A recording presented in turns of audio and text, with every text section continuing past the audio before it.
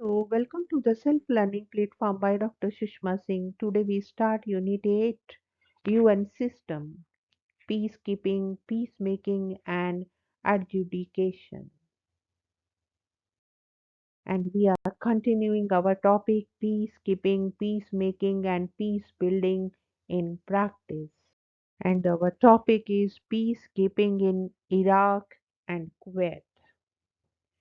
Peacekeeping combined with power to take limited enforcement action was a feature of the task entrusted to UN Iraq Kuwait Observation Mission UNICOM, established in 1991 by the Security Council.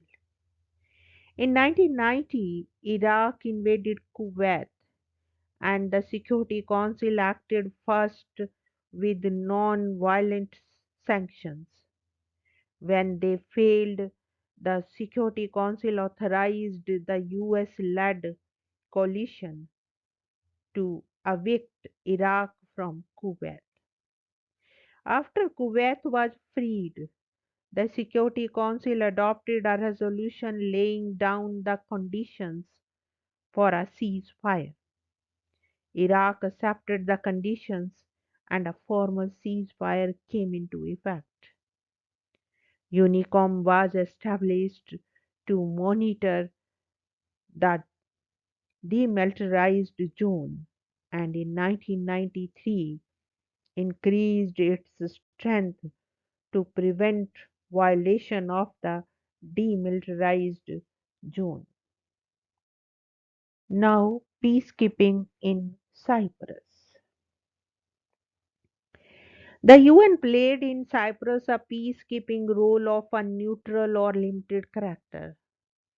In 1963, violence broke out between the Greek and Turkish communities over a constitutional amendment proclaimed by the President Archbishop Makarios of Cyprus.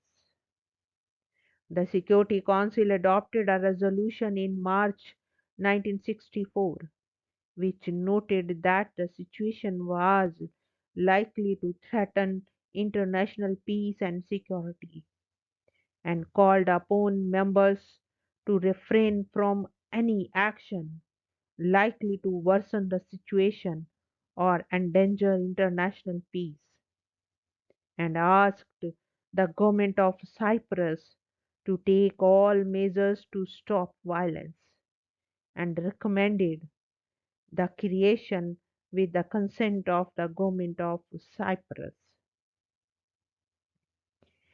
A UN peacekeeping force, the function of the force is to preserve international peace and security.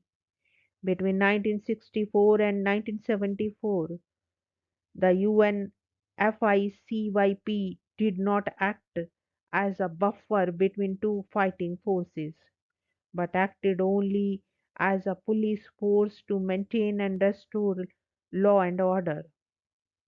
In 1974, there was Greece backed up coup against President Makarios, and there was imminent Turkish invasion in response to the Greece-led coup. The Security General Kurt Waldheim and the Cyprus representative requested a meeting of the Security Council. On July 20, 1974, the day on which Turkey invaded Cyprus in support of its Muslim population, the Security Council adopted a resolution declaring that there was a serious threat to international peace and security and demanded the end of the foreign military intervention. The implied invocation of Article 39 of the Charter in the peremptory language used was taken as a provisional measure under Article 40. The Secretary General suggested In his report that UNICYP could create a security zone between Turkish forces and Greek separatist forces. The Secretary General requested the Secretary General to implement the report. The separate case confronted to the Constitution peacemaking operation, with the difference that the force acted for some time as a police force bordering on peacemaking. The next is Nicaragua. In 1980, United States adopted then President Ronald Reagan's doctrine that the United States should extend support to anti-communist forces, whether governmental or non-governmental, anywhere in the world.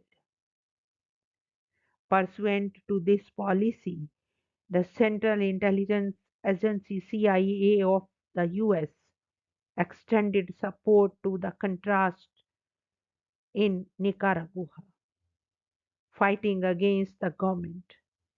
In 1987, there was a regional peace arrangement, the Guatemala Agreements, which called for cessation of aid to irregular forces and of the use of territory of one state for attack on other states. By a resolution adopted in November 1989, the Security Council emplaced in 1990 a military component of the peace effort.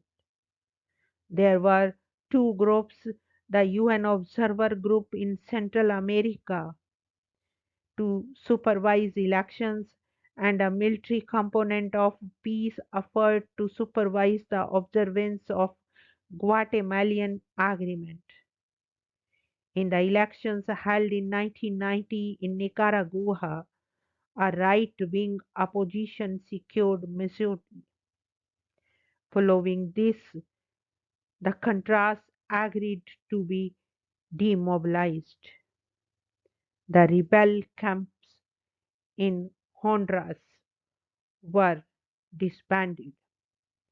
The Contra rebels assembled in specific places in Nicaragua. The ONUCA, with more military men added, exercised the responsibility to take the delivery of weapons and other military equipment, including the uniforms. The progress of disarmament was difficult, but the commander of the ONUCA and the UN Secretary General expressed satisfaction with the disarmament and demobilization. This operation was in the nature of peacemaking. Next is Haiti. In 1991, President Aristide, elected president of Haiti in 1990, was deposed by a military coup. The Security Council imposed oil and arms embargo, and it caused the military rulers to agree to restore the president to authority. The sanctions were lifted, but the military leaders failed to implement their undertaking.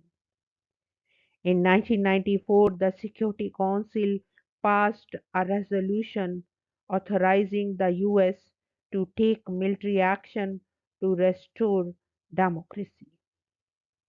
The threat of military action influenced the military rulers to step down and to consent to a UN force to oversee the return to democracy. The sanctions were lifted after democracy was restored. This is an example of peacemaking between the democratic forces and the military opponents. Next is West Irian. Though the Indonesian independence issue was settled in 1950, disputes between the Netherlands and Indonesia continued over some islands in the archipelago. One such island was West Irian. The Indonesians airdropped some men in jungles who got engaged in guerrilla warfare with the Dutch forces. In 1962, the Netherlands and Indonesia agreed that the administration of West Irian be transferred to the UN Temporary Executive Authority (UNTEA), pending the transfer of the territory to Indonesia. A UN security force was to observe the ceasefire, after which the transfer should take place. The UNSF should police the island until transfer. The UN mission successfully achieved its task.